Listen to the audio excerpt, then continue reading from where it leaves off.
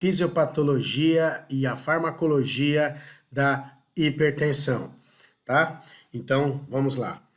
Bom, como nós já vimos anteriormente, a pressão arterial é o produto do débito cardíaco e da resistência vascular periférica, sendo o débito cardíaco obtido a partir do produto da frequência cardíaca e do volume sistólico.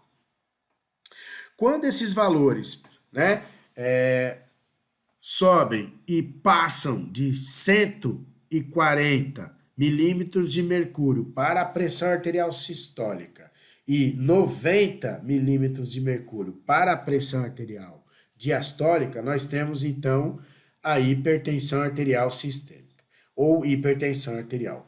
Vale a pena lembrar que nós podemos ter uma hipertensão primária, quando eu não sei a causa exata, né, o que de fato está causando. Você tem os fatores de risco associados e levando a esse quadro, e eu tenho a secundária. A secundária é quando eu sei exatamente qual é a causa.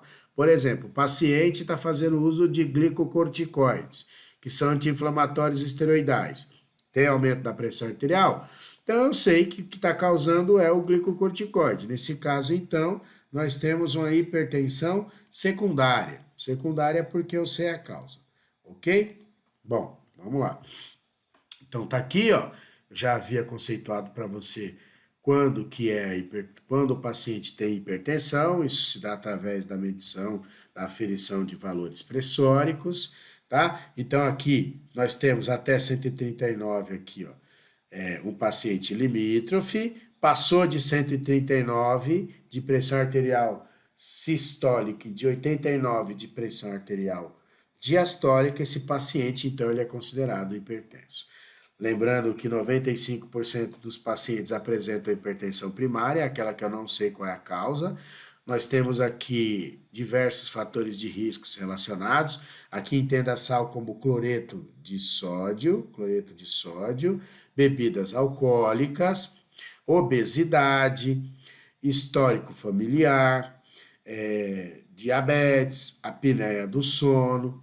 Todos esses são fatores de riscos relacionados à hipertensão arterial. E 5% dos casos a gente considera como hipertensão secundária, que é aquela que eu tenho a causa mais definida e caracterizada. Então, aqui é só para mostrar para você que o nosso laboratório, né, os nossos laboratórios, tanto de farmaco quanto de neuro, a gente estuda muito essa questão de doenças cardiovasculares e, dentre elas, a hipertensão. Não foi aqui com os pesquisadores da Unifesp, mas eu coloquei esse artigo aqui para você, se quiser depois ler, foi publicado em 2013. A gente publicou aqui sobre a hipertensão arterial sistêmica como principal motivo de admissão de uma clínica médica de um hospital público na cidade de São Paulo. É um breve estudo observacional, tá? Publiquei com alguns professores e pesquisadores. Aí você pode dar uma olhada, tá? Aqui nós publicamos esse trabalho pelo Laboratório de Farmacologia Autonômica e Cardiovascular. Nós administramos cloreto de sódio, sal de cozinha, e um produto que é um salgante, mas que não tem sódio, para animais normotensos e hipertensos, né? E observamos que houve alteração dos valores de pressão arterial, uma vez que o produto, o salgante, manteve a pressão dos animais, enquanto que o cloreto de sódio elevou a pressão dos animais. O que isso quer dizer? Que o produto não diminui a pressão dos animais, né? A pressão arterial dos animais, mas ele mantém, enquanto que o sódio eleva. Então, é uma possível, né, estratégia a ser utilizada, né? Esse artigo nós publicamos em 2013. Esse aqui foi publicado em 2017, onde também nós estudamos os efeitos do salgante, aquele mesmo do artigo anterior, né, sobre o perfil lipídico de ratos normotensos e hipertensos, tá?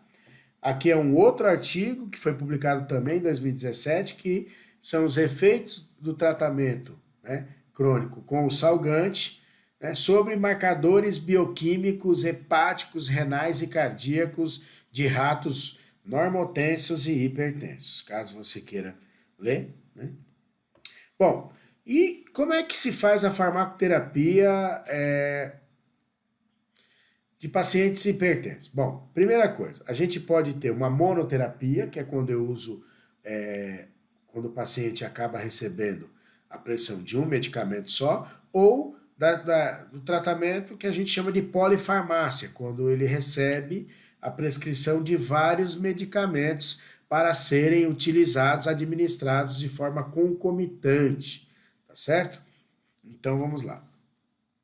Uma coisa que é importante aqui para a gente destacar é a importância do sistema renina, angiotensina e aldosterona na fisiopatologia da hipertensão. Sabemos que, em geral, o paciente hipertenso ele tem aumento de atividade simpática e, por consequência, ele tem aumento da atividade do sistema renina, angiotensina, aldosterona, né? O que leva tanto ao aumento do débito cardíaco quanto ao aumento da resistência vascular periférica total. Então vamos lá. O paciente, em geral, ele está tendo um aumento, tá, da atividade do sistema nervoso simpático.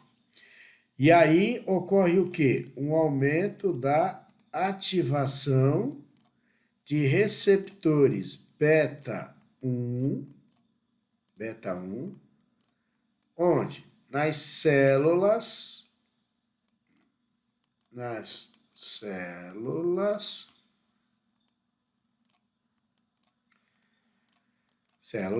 do aparelho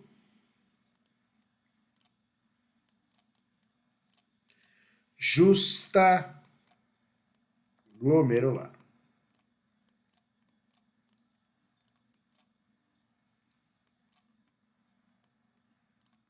Justaglomerular. Muito bem. A ativação de receptores beta 1 nas células do aparelho justaglomerular resulta num aumento importante da secreção de renina. A renina é uma enzima que transforma angiotensinogênio em angiotensina 1. A angiotensina 1 tem seus efeitos, mas aqui vamos discutir mais a angiotensina 2, que é produzida a partir da angiotensina 1 e que tem essa transformação catalisada pela enzima conversora de angiotensina. A angiotensina 2 exerce vários papéis importantes. O primeiro deles, ela causa vasoconstrição, ativando receptores AT1 nos vasos. E é claro que essa vasoconstrição aumenta a pressão arterial. Além disso, a angiotensina 2 também ativa a glândula suprarrenal e faz com que ocorra o aumento importante e substancial da secreção de aldosterona. Lembrando que a aldosterona é um mineralocorticoide que aumenta a retenção de sódio e de água, certo? Portanto, aumenta a volemia.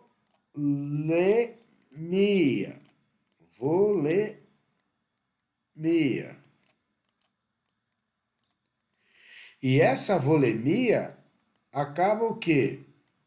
Aumentando também a pressão arterial. Além disso, a angiotensina 2 acaba gerando sede no hipotálamo por causa do aumento da pressão osmótica do sangue. E isso faz com que o indivíduo acabe fazendo a ingestão de uma grande quantidade de água, que aumenta a volemia e, consequentemente, aumenta a pressão arterial. É importante a gente entender esse processo porque nós vamos perceber que esse é o principal sistema sobre o qual os fármacos antihipertensivos atuam, né? Perdão, atuam. Os fármacos antihipertensivos atuam.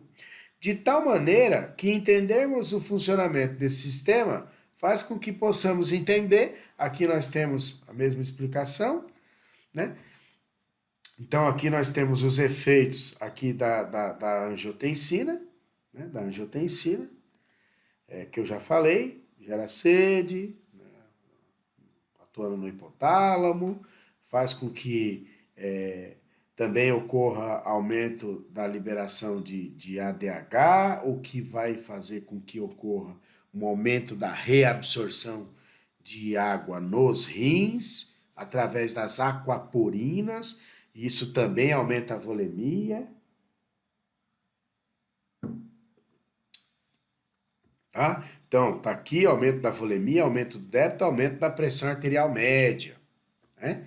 Aqui, mostrando os efeitos da vasopressina, do ADH, que é liberado pela neurohipófise, lembrando que a neurohipófise não produz o ADH ou vasopressina, essa substância é produzida por neurônios hipotalâmicos, mas é armazenado na hipófise posterior ou na neurohipófise, e nesse momento também é liberado no momento de maior atividade do sistema renina-angiotensina, e vale a pena lembrar que a vasopressina causa vasoconstrição, aumenta a volemia, e tudo isso resulta no aumento do débito, aumento da resistência vascular periférica e, consequentemente, aumento da pressão arterial. Então, nós temos aqui, ó, tá? Temos pouca água no nosso organismo, a osmolaridade do sangue aumenta. O aumento dessa osmolaridade do sangue estimula o hipotálamo, que por sua vez gera sede. Além disso, aumento da liberação do hormônio antidiurético. Então a produção de urina diminui, né? Diminui. E diminui porque há um aumento da reabsorção, justamente para diminuir, né, essa osmolaridade. Agora, tenha bastante água, a osmolaridade do sangue está baixa, o hipotálamo percebe isso, ele diminui a liberação de ADH. Consequentemente, diminui a reabsorção de água nos rins. E aí, eu tenho uma produção de urina em quantidade muito maior, né? Essa urina, além de estar em uma quantidade maior, ela está numa cor mais clara, né? Uma cor mais clara, devido a uma concentração menor dos seus constituintes. Aqui é só para mostrar o mecanismo de ação do ADH, né? O ADH ativa os seus receptores, que são receptores acoplados à proteína GS, e, portanto, toda vez que ele ativa o receptor ativa GS, GS ativa a adenilato ciclase, e a adenilato ciclase transforma ATP em AMP cíclico, que é o segundo mensageiro, que vai modular a síntese proteica. Isso vai resultar na inserção, tanto na produção quanto na inserção de aquaporinas, que são canais para água, tá? E aí, a gente tem um aumento da reabsorção de água nos rins, e, consequentemente, diminuição, né, da produção de urina. E aí nós temos um aumento da volemia, do débito cardíaco, e isso acaba fazendo com que os níveis pressóricos aumentem, tá certo? Tudo bem até aqui? Eu espero que sim, eu espero que a explicação esteja ajudando. Como é uma videoaula, você pode parar, retornar, né? Quantas vezes achar necessário. Bom, aqui é só para mostrar o quanto a presença de vasopressina ou de ADH modifica a reabsorção de água. Aqui, ó, nós temos a presença de vasopressina. Podemos observar que há vários pontos nos quais há a reabsorção de água, enquanto que na ausência de vasopressina, a reabsorção de água é perceptivelmente muito menor. Então, a vasopressina aumenta a volemia e, consequentemente, o débito cardíaco e a pressão. arterial. Tá? Bom, então como é que a gente pode tratar o paciente? Depende. Tá com a hipertensão leve? Tá com a hipertensão leve, nós podemos tratar com uma monoterapia, que pode ser, por exemplo, o uso de um diurético. Então, dentre as classes de diuréticos, nós vamos discutir aqui as mais importantes sob o ponto de vista clínico. Então, começamos pelos tiazídicos, que constituem a segunda classe em potência, a classe de diuréticos mais potente, né? Mais potentes, disponível no mercado, são os diuréticos de alça, cujo principal exemplo é a furosemida. Os tiazídicos são a segunda classe em potência. Qual é o principal fármaco dentro dessa classe? É a hidroclorotiazida. O nome comercial é clorana, né? Hidroclorotiazida. Então, a hidroclorotiazida é um diurético tiazídico, que atua bloqueando, né, o transportador responsável pela reabsorção de sódio e cloreto no túbulo contorcido distal. Diminuindo a reabsorção de sódio e cloreto, eu também vou diminuir a reabsorção de água. Portanto, eu vou produzir uma quantidade maior de urina. Se eu estou produzindo uma quantidade maior de urina, eu estou tendo uma redução da volemia. E isso vai me levar a uma redução da pressão arterial. Relativamente simples, né? Mas importante. Vale a pena lembrar que os diuréticos tiazídicos, eles excretam potássio e eles excretam H+. Portanto, eles podem causar hipocalemia e também podem causar alcalose metabólica. Então, aqui está, né, a sequência de eventos que eu comentei agora, né? Redução da reabsorção de sódio de água, redução da volemia, redução do débito cardíaco. Tá certo? Bom, então tá aqui, ó, mostrando que os tiazídicos bloqueiam o transportador, né, de sódio e cloreto no túbulo contorcido distal e dessa forma diminui a reabsorção de sódio e de água. Bom, então vamos lá, né? A classe que eu já havia falado, que é a classe dos diuréticos de alça, cujo principal fármaco é a furosemida, tá? Sem dúvida, esta é a classe mais potente de diuréticos disponível no mercado, tá? Como atuam esses fármacos? Eles inibem o transportador, né? O transportador sódio, potássio,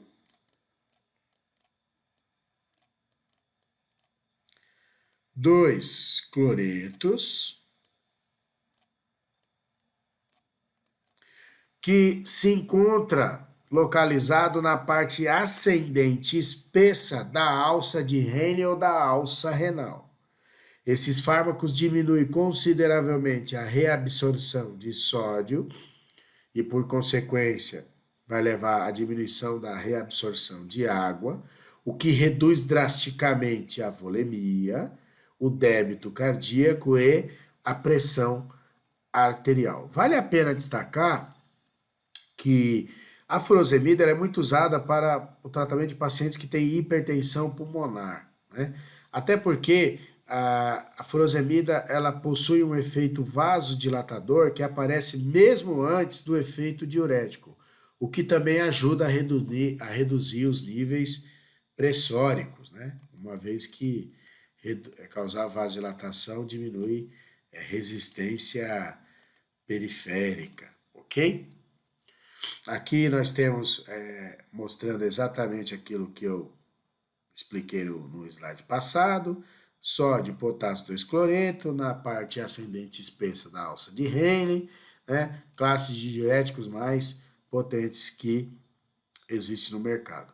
Agora, do mesmo jeito que o efeito diurético é o mais potente, também é a classe de fármacos que causa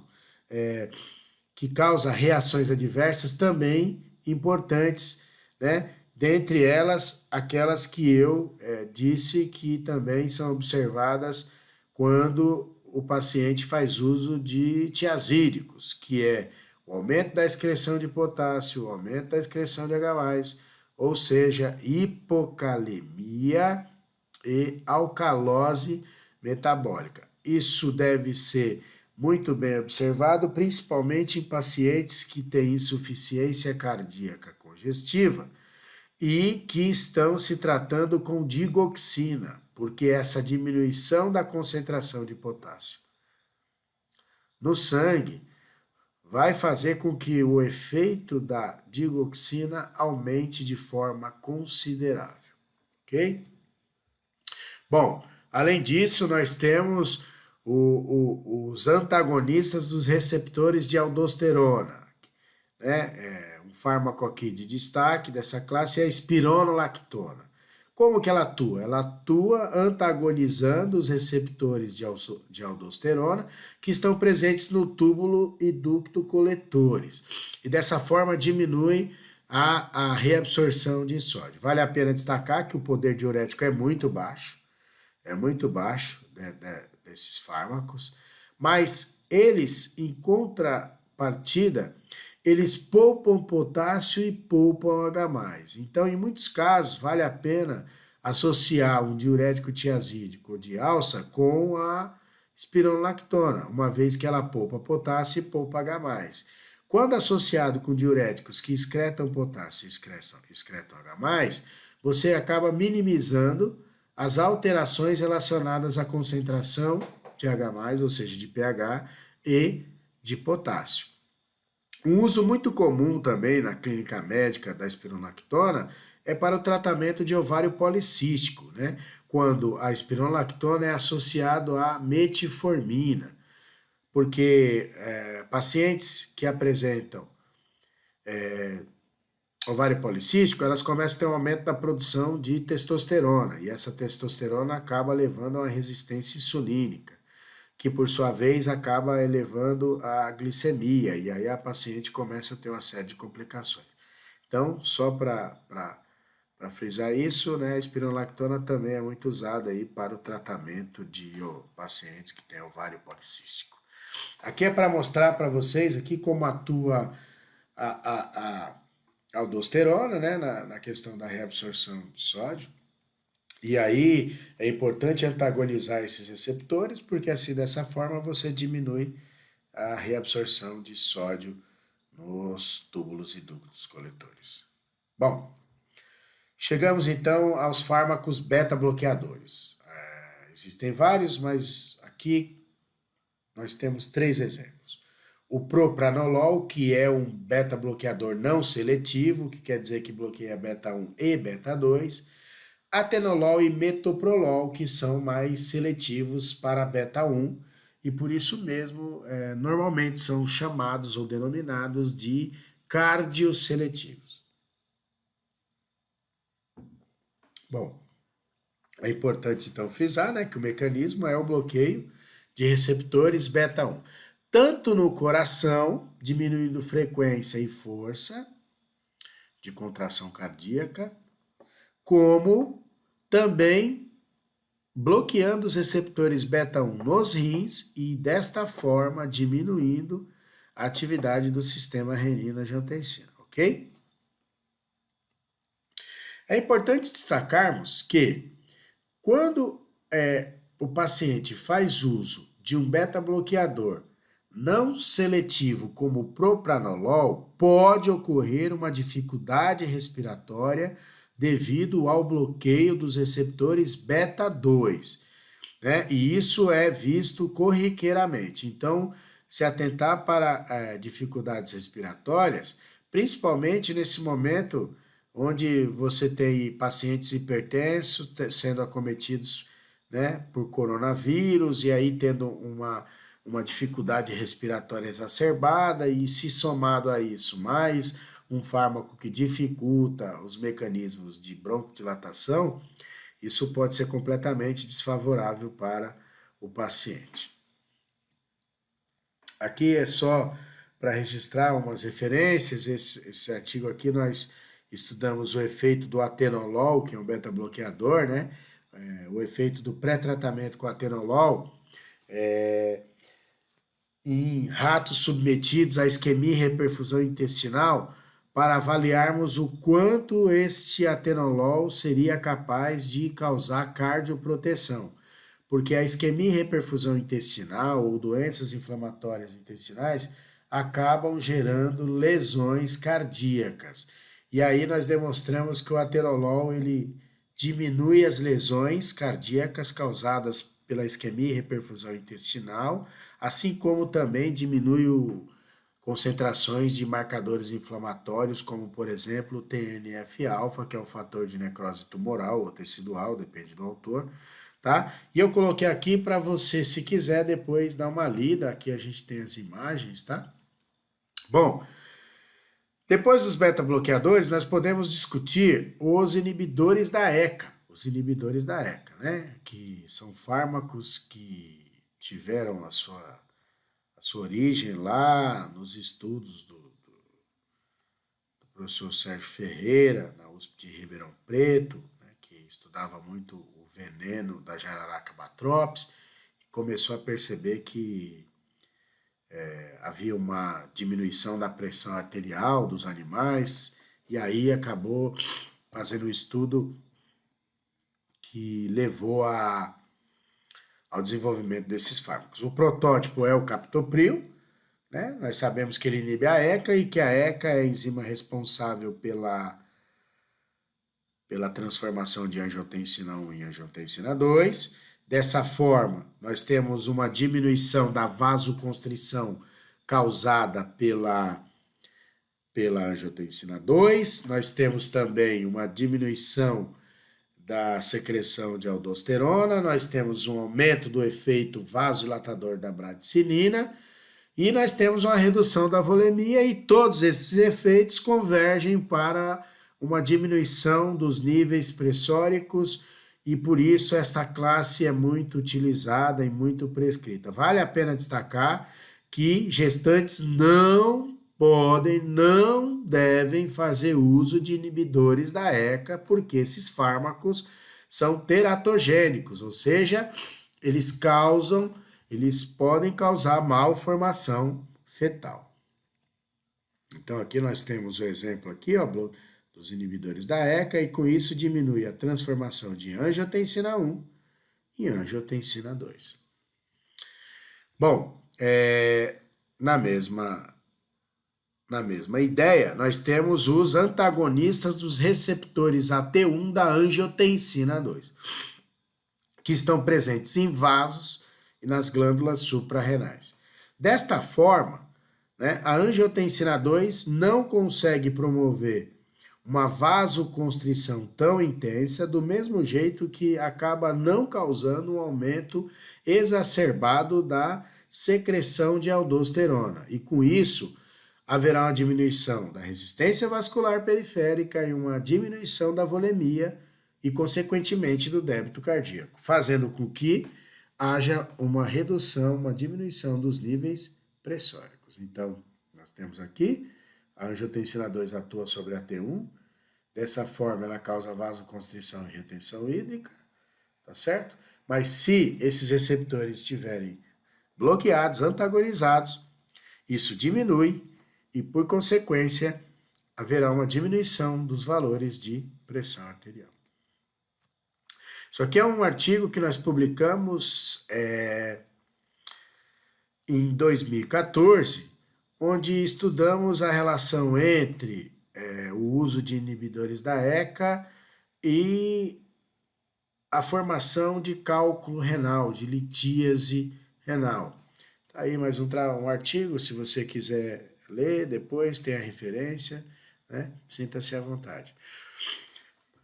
A gente também tem como ferramenta farmacológica para o tratamento da hipertensão, os bloqueadores dos receptores alfa-1 adrenérgico, ou os antagonistas.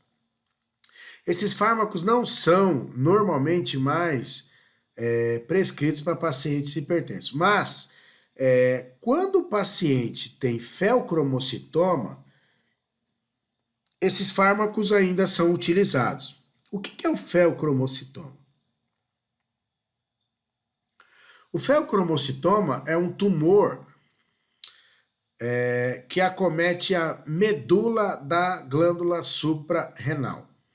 E pela existência desse tumor, há um aumento considerável da produção e da liberação de adrenalina e noradrenalina. Por isso, o paciente começa a ter uma vasoconstrição periférica exacerbada. Nesses casos, clinicamente, ainda se utiliza e se prescreve o uso de antagonistas dos receptores alfa-1 para diminuir a intensa vasoconstrição que esses pacientes apresentam. Bom, aqui nós temos os fármacos simpatomiméticos que acabam tendo uma ação simpatolítica, né? Como assim? Simpatomimético porque ele imita a ação da noradrenalina. Ele atua sobre um receptor e atua como agonista. E aí acaba causando aquilo que a noradrenalina, quando ativa esse receptor, causa, que é a diminuição do fluxo simpático. Porque todas as vezes que a ativação de alfa-2 em neurônio pré-sináptico, há uma diminuição da liberação de noradrenalina.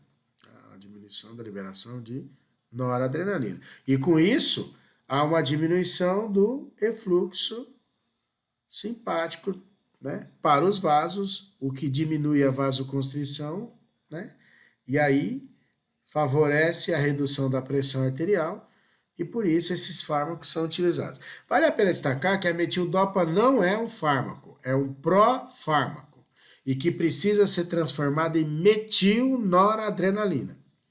Agora, a clonidina, aqui está errado, né? Clonidina. A clonidina sim é um fármaco, que já atua diretamente como agonista de receptores alfa-2 adrenérgicos. É importante salientar que a clonidina atualmente também é muito utilizada em hospitais para a realização de cirurgias, uma vez que a clonidina ela favorece a indução do estado de anestesia geral, né, no paciente. Ok? Tudo bem? Então, vamos apagar aqui. Vamos apagar. Vamos lá.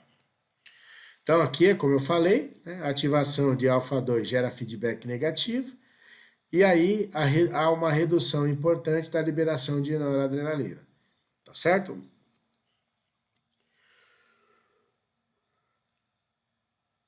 Bom, chegamos às classes de vasodilatadores, que são substâncias químicas que promovem o quê? O aumento do diâmetro dos vasos, atuando diretamente sobre a musculatura lisa. Então, aqui nós temos um fármaco muito utilizado em ambiente hospitalar, que é a hidralazina, né, que atua diretamente sobre a musculatura lisa vascular e que interfere com a liberação de cálcio do retículo sarcoplasmático. E dessa forma, diminuindo a saída de cálcio do retículo, acaba diminuindo a formação do complexo cálcio-calmodulina e dessa forma diminuindo a contração da musculatura lisa vascular, certo?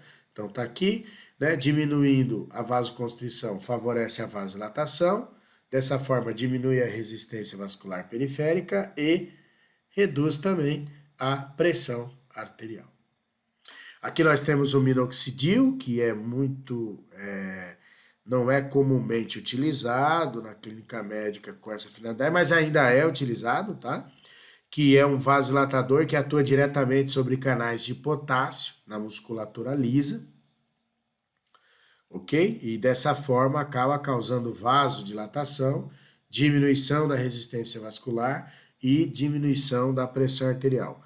Não se usa tanto o minoxidil porque ele acaba tendo repercussões importantes em outros órgãos,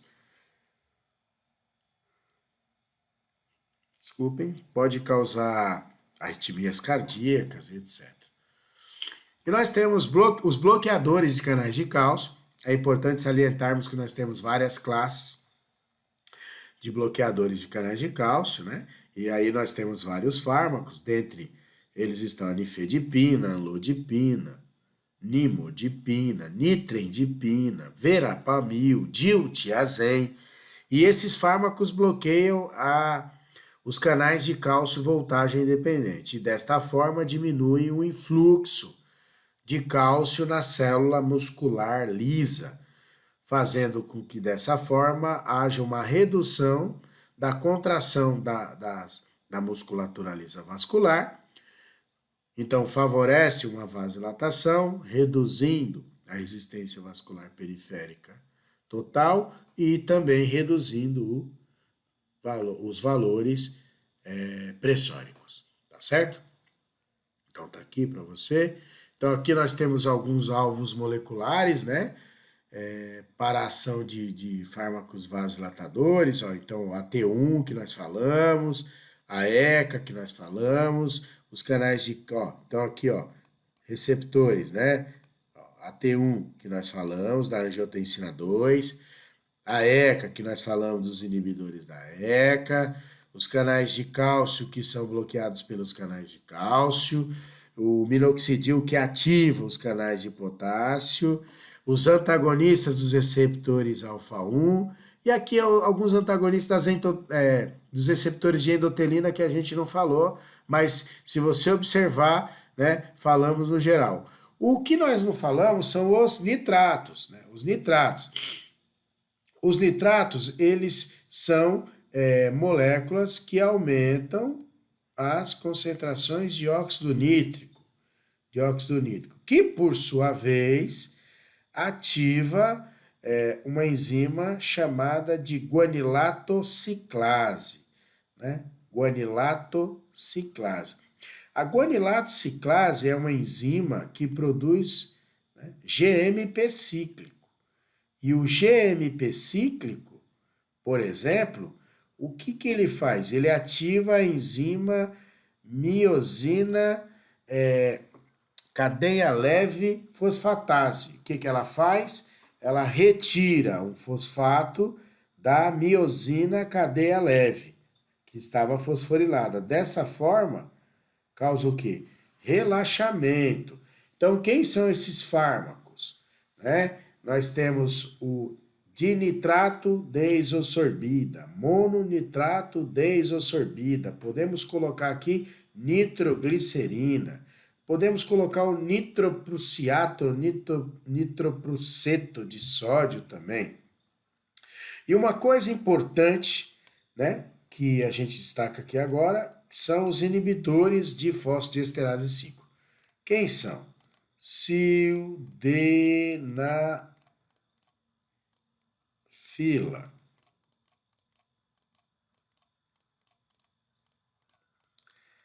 Tadalafila, vardenafila.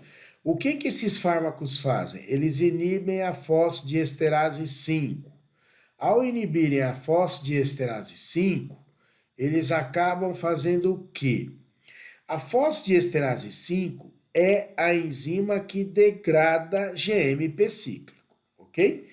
Se nós inibirmos a fosfodiesterase 5, ela vai degradar menos GNP cíclico.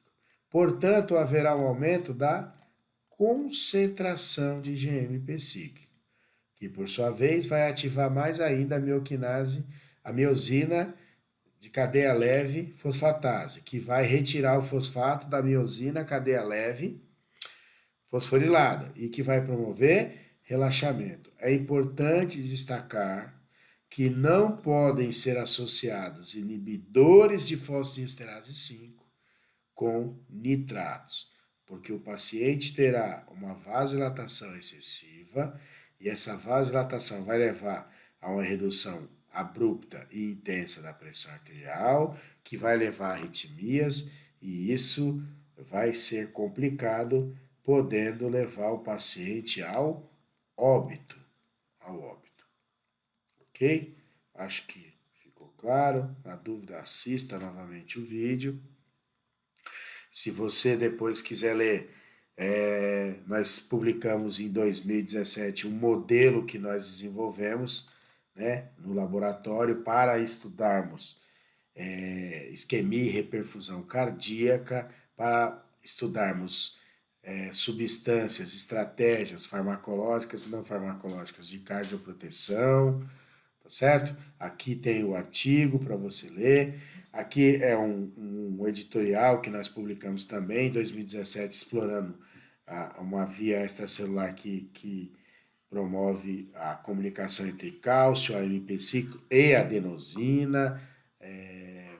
Nós discutimos aqui o papel cardioprotetor dessa comunicação de diversas vias no coração.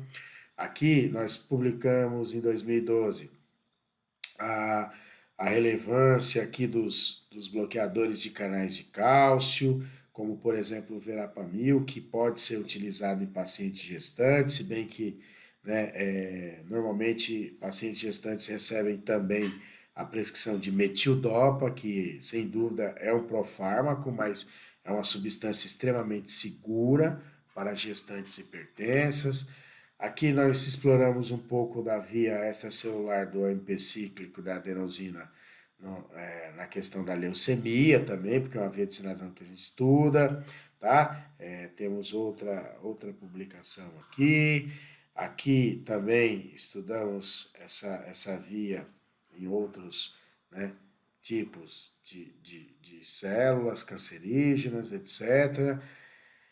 Aqui nós temos a publicação de um artigo que mostra que estudamos essa via também na musculatura estriada esquelética e por isso nós entendemos melhor como ela funciona e protege o coração, né? Porque tanto o esquelético quanto o cardíaco são estriados. Aqui nós também exploramos essa questão da via do cálcio do AMP cíclico aqui na regulação do efeito simpático sobre o tônus muscular, da musculatura lisa, e exploramos o papel antihipertensivo dessa via. Também discutimos a relevância da via do cálcio do AMP cíclico aqui na morte súbita de pacientes que possuem doença de Parkinson. Pode dar uma olhada depois. A partir de agora, o nosso assunto serão as arritmias cardíacas. Mas as arritmias cardíacas serão discutidas somente na parte 3 do nosso módulo, que é quando abordaremos o que são arritmias, os tipos de arritmias e as principais causas de arritmias cardíacas. Vejo você na parte 3 do nosso módulo. Um grande abraço.